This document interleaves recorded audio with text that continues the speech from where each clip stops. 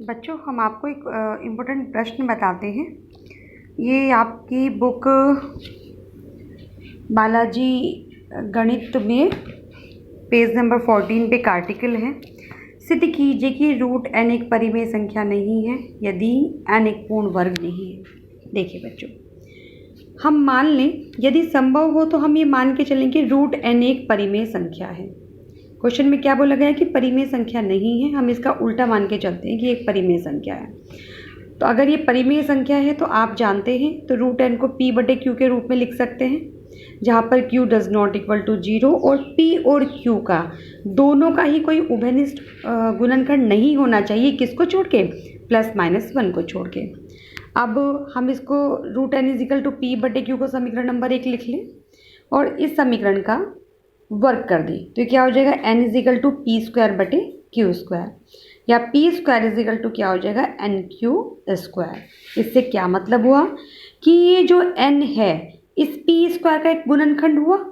ठीक है, यदि n p² का गुणनखंड है तो p का भी गुणनखंड होगा। तब हम क्या लिख सकते हैं कि p इजिकल टू nm, क्योंकि n p का क्या है? गुणनखंड है। ठीक है, और q² को हमने m लिख लिया है यहाँ, तो p² इजिकल टू क्या हो जाएगा? इसका वर्क कर दें तो n² m²। ठीक है, अब आप देखिए इसको समीकरण नंबर 3 लिख दीजिए। यहाँ से आपका क्या है? p² इजिकल टू nq² और यहाँ से क्या है? p² equal to n² m²। ठीक है, तो इसको हम इजिकल टू क्या लिख सकते हैं? nq² equal to n² m²। n से n कैंसिल हो जाएगा तो क्या आएगा आपका? q² is equal to nm²। क्या मतलब हुआ कि ये आपका n इस q² का गुणनखंड है, मतलब n q का एक गुणनखंड है। तो समीकरण 3 और 4, ये समीकरण 3 और 4 क्या प्रदर्शित करती हैं कि n p का एक गुणनखंड है और यहाँ कह रहा है कि n q का एक गुणनखंड है। ठीक है, जो कि इससे क्या मतलब हुआ कि n p और q दोनों का एक उभयनिष्ठ गुणनखंड है, जो कि कथन के विपरीत है, क्योंकि हमने पहले ही बोला था कि p/q अगर ये एक परिमेय संख्या है तो इसका कोई उभयनिष्ठ गुणनखंड नहीं होगा। किसको छोड़कर? +-1 को छोड़कर। इससे क्या हुआ, हम जो ये मान कर चले थे कि रूट n एक परिमेय संख्या है, यह गलत है। अतः रूट एक परिमेय संख्या नहीं है। इसी के ऊपर हम आपको एक क्वेश्चन समझाते हैं। जैसे सिद्ध कीजिए कि √3 एक परिमेय संख्या नहीं है। आप जानते हैं कि √3 अपरिमेय संख्या है। ठीक है, अपरिमेय संख्या है मतलब परिमेय संख्या नहीं है। हम मान लें, माना इसी आर्टिकल पे बेस्ड है, माना √3 एक परिमेय संख्या है। ठीक है, अगर ये एक परिमेय संख्या है तो √3 को आप p/q के रूप में लिख सकते हैं, जहाँ आप जानते हैं कि q does not equal to 0 और p जहाँ p व q का कोई उभयनिष्ठ गुणनखंड नहीं है। किसको छोड़ के? +-1 को छोड़कर। ठीक है, अब इस समीकरण 1 से, समीकरण 1 क्या है? √3 इजिकल टू p/q, दोनों का वर्क कर दीजिए। p3 इजिकल टू p²/q², ये हो जाएगा आपका p² equal to p equal to 3q²। ठीक है, इसको आप समीकरण नंबर 2 लिख दीजिए।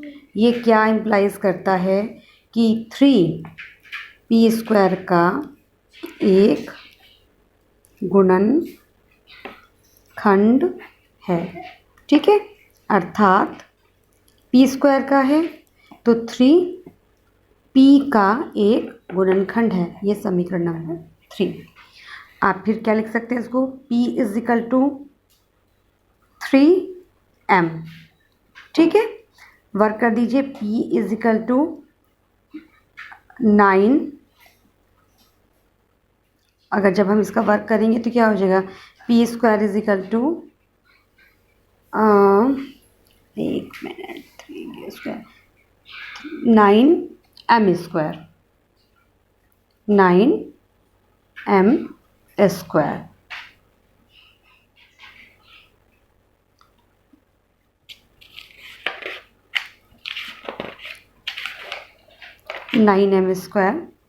इससे क्या मतलब हुआ? अब आप यहाँ से देखिए, इसको आप लिख दीजिए 9m², समीकरण नंबर, अच्छा ये p² = 3q² के बराबर है। समीकरण 2 से आप लिख सकते हैं 3q² = 9m², तो q² = 3m²। ठीक है, क्या इम्प्लाइज करता है कि 3q² का एक गुणनखंड है। अगर 3q² का एक गुणनखंड है तो 3q का भी एक गुणनखंड है। ठीक है, अब आप देख रहे हैं ये समीकरण नंबर आपकी हो जाएगी 4। अभी हमने यहाँ बताया कि 3p का एक गुणनखंड है 3 व 4 से। आप क्या देखते हैं, 3p व q का एक उभयनिष्ठ गुणनखंड है। ठीक है, जो कि इस कथन के विपरीत है कि p व q का कोई उभयनिष्ठ गुणनखंड नहीं है, जो हम यहाँ मानकर चले थे। अतः हमारा जो पूर्वानुमान हम जो मानकर चले हैं कि √3 एक परिमेय संख्या है, यह गलत है। अतः √3 एक अपरिमेय संख्या है। ठीक है, अगर √3 एक अपरिमेय संख्या है तो √3 परिमेय संख्या नहीं होगी।